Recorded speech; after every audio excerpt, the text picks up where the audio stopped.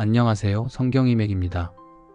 여러분, 만약 이 세상에서 가장 크고 부유한 왕이 자기 아들의 결혼식을 위해 아주 성대한 잔치를 열고 그 첫 번째 손님으로 바로 나를 초대한다면 어떨 것 같으십니까? 모든 것이 완벽하게 준비된 그 황홀한 잔치에 우리는 당연히 기뻐하며 달려가야 정상이겠지요. 그런데 오늘 우리가 나눌 성경 이야기는 조금 이상합니다. 예수님께서 천국은 이런 잔치와 같다고 하시면서 들려주신 이야기인데요. 사람들이 그 초대를 거절합니다. 그것도 아주 무례하게 거절합니다. 그리고 더 이상한 것은 나중에 그 잔치에 들어와 앉아있던 사람 중 한 명이 쫓겨나기까지 합니다. 도대체 왜 사람들은 천국이라는 이 완벽한 잔치를 거부한 것일까요? 그리고 왜 잔치에 들어오고도 쫓겨난 사람은 누구일까요? 오늘 이 혼인잔치의 비유 속에 담긴 놀라운 비밀을 하나씩 풀어보겠습니다. 오늘 말씀은 마태복음 22장 1절에서 14절입니다.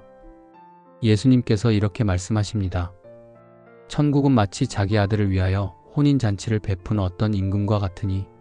자, 여기서부터가 중요합니다. 천국은 내가 열심히 일해서 들어가는 곳이 아니라 임금이신 하나님께서 아들 예수 그리스도를 위해 일방적으로 준비하신 잔치라는 것입니다. 우리는 이 잔치의 손님으로 초대받은 것입니다. 우리가 상을 차린 게 아닙니다. 하나님이 모든 것을 다 준비하셨습니다. 내가 오찬을 준비하되 나의 소와 살찐 짐승을 잡고 모든 것을 갖추었으니라고 하십니다. 이것이 바로 은혜입니다. 우리는 잔치상에 아무것도 보탠 것이 없습니다. 그런데 임금이 첫 번째로 청한 사람들의 반응이 어땠을까요? 그 종들을 보내어 그 청한 사람들을 혼인잔치에 오라 하였더니 오기를 싫어하거늘 왕이 다시 더 간곡하게 종들을 보냅니다. 모든 것이 준비되었으니 제발 오십시오. 그러자 그들이 돌아보지도 않고 한 사람은 자기 밭으로, 한 사람은 자기 사업하러 가고, 심지어 그 남은 자들은 종들을 잡아 모욕하고 죽이니. 아니, 왕의 초대를 거절하다니요. 심지어 누가복음 14장에 나오는 비슷한 비유에서는 사람들이 아주 구체적인 핑계를 댑니다. 나는 밭을 샀으니 나가봐야겠다. 나는 소 5겨리를 샀으니 시험하러 간다. 나는 장가를 들었으니 가지 못하겠다. 여러분, 이 핑계들이 어떻게 들리시나요? 밭, 소, 결혼. 다 나쁜 일인가요? 아니요, 아주 정당하고 합리적인 일처럼 보입니다. 가족을 부양하고 사업을 하고 재산을 관리하는 것은 성실한 삶의 모습처럼 보입니다. 바로 여기에 첫 번째 함정이 있습니다. 이 밭과 소와 결혼이 상징하는 것은 바로 나의 것, 나의 일, 나의 성취, 나의 행복입니다. 이 첫 번째로 초대받은 사람들은 이미 자기 것으로 배가 부른 사람들이었습니다.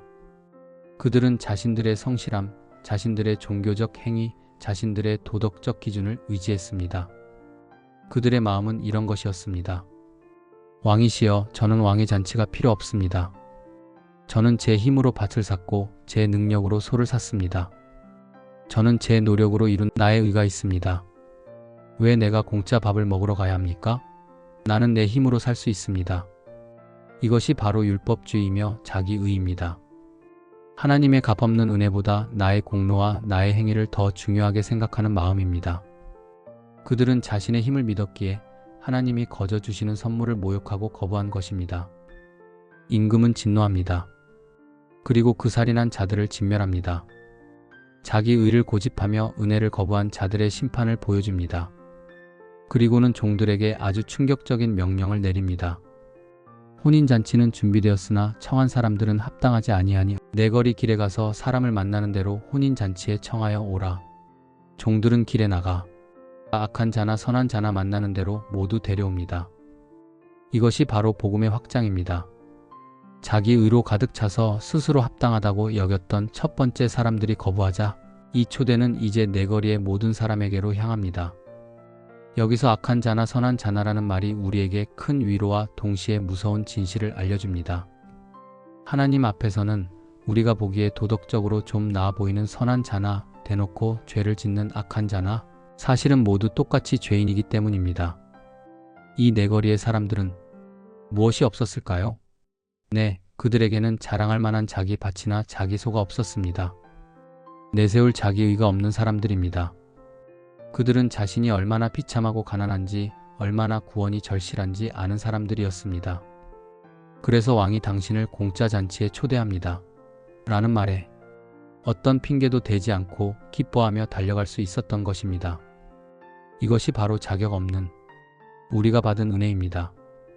우리는 우리의 행위가 아니라 오직 하나님의 자비와 긍휼로 이 잔치에 초대받았습니다. 자, 이제 잔치에 손님들이 가득 찼습니다. 악한 자와 선한 자, 즉 자격 없는 죄인들이 모여 왕의 은혜로 기뻐하고 있습니다. 그런데 이 이야기의 가장 무섭고 충격적인 반전이 여기서 시작됩니다. 임금이 손님들을 보러 들어왔는데 예복을 입지 않은 한 사람을 발견합니다. 여러분, 이 사람은 분명히 초대를 받고 잔치에 들어온 사람입니다. 그는 내거리에서 부름을 받고 잔치에 참여했습니다. 오늘날로 말하면 교회 안에 있는 사람입니다. 성도라고 불리는 사람입니다. 스스로 구원받았다고 생각하며 잔치 자리에 당당하게 앉아있는 사람입니다. 그런데 임금이 그에게 묻습니다. 친구여, 어찌하여 예복을 입지 않고 여기 들어왔느냐? 그러자 그가 아무 말도 못합니다. 변명할 말이 없었습니다. 임금은 사환들에게 명령합니다. 그 손발을 묶어 바깥 어두운 데에 내던지라. 거기서 슬피 울며 이를 갈게 되리라. 정말 무서운 말씀입니다. 교회에 들어왔는데 마지막 날에 쫓겨난다는 것입니다. 도대체 이 사람은 왜 쫓겨났을까요? 그가 내거리에서 온 악한 자였기 때문일까요? 아닙니다. 임금은 악한 자도 초대했습니다. 그가 도덕적으로 부족해서였을까요? 아닙니다. 이 잔치는 애초에 도덕적 행위로 들어오는 곳이 아닙니다. 그가 쫓겨난 이유는 단 하나, 예복을 입지 않아서입니다. 우리가 여기서 꼭 알아야 할 것이 있습니다. 당시 중동 지방에서 왕이 큰 잔치를 열 때는 왕이 손님들의 격에 맞게, 그리고 왕의 잔치에 어울리도록 입구에서 깨끗한 예복을 선물로 나누어 주었습니다. 내거리에서 막 데려온 거렁뱅이들이 어떻게 왕의 잔치에 어울리는 옷을 스스로 준비할 수 있었겠습니까? 즉, 임금이 잔치 음식뿐만 아니라 옷까지 다 준비해 주신 겁니다. 손님은 그저 감사함으로 받아서 입기만 하면 되었습니다. 그런데 이 사람은 그 예복을 거부한 것입니다. 왜 거부했을까요? 그는 아마 이렇게 생각했을 겁니다. 내가 비록 내거리에서 오긴 했지만 내 옷은 아직 쓸만해. 내가 가진 이 선함이라는 옷, 이 도덕이라는 옷, 이 종교적 열심이라는 옷이 저 더러운 죄인들의 옷보다는 낫지. 나는 저 사람들과는 달라. 나는 그래도 꽤 괜찮은 사람이야. 그는 임금이 무상으로 제공하는 은혜의 예복 대신 자신의 누더기 옷, 즉 자기 의를 끝까지 고집한 것입니다. 그는 교회에는 들어왔지만 여전히 자기 자신을 믿고 있었던 것입니다. 그렇다면 이 예복의 진짜 정체는 무엇일까요? 이 예복은 인간의 선행이나 노력이 절대로 아닙니다. 이 예복은 오직 하나님만이 주실 수 있는 것, 바로 예수 그리스도의 의입니다. 성경은 말합니다. 모든 사람이 죄를 범하였음에 하나님의 영광에 이르지 못하더니 우리는 모두 하나님 앞에서 벌거벗은 죄인입니다. 인류의 조상 아담이 죄를 짓고 나서 가장 먼저 한 일이 무엇입니까? 자신의 부끄러움을 가리기 위해 무화과 나무 잎으로 옷을 만들어 입었습니다. 이것이 바로 자기의 인간의 종교 행위입니다.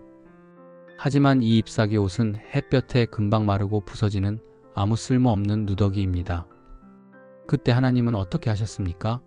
그들의 무화과 잎 옷을 벗기시고 짐승을 잡아 가죽옷을 지어 입히셨습니다.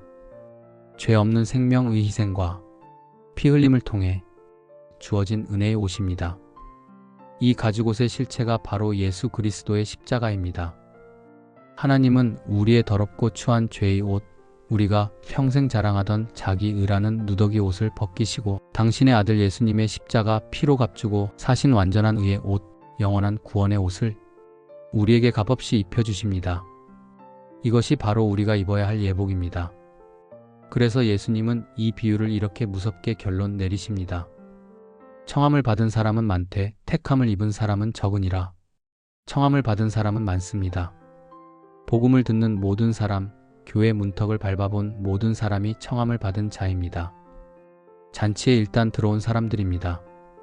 그러나 택함을 입은 사람은 적습니다. 택함을 입은 사람은 누구입니까?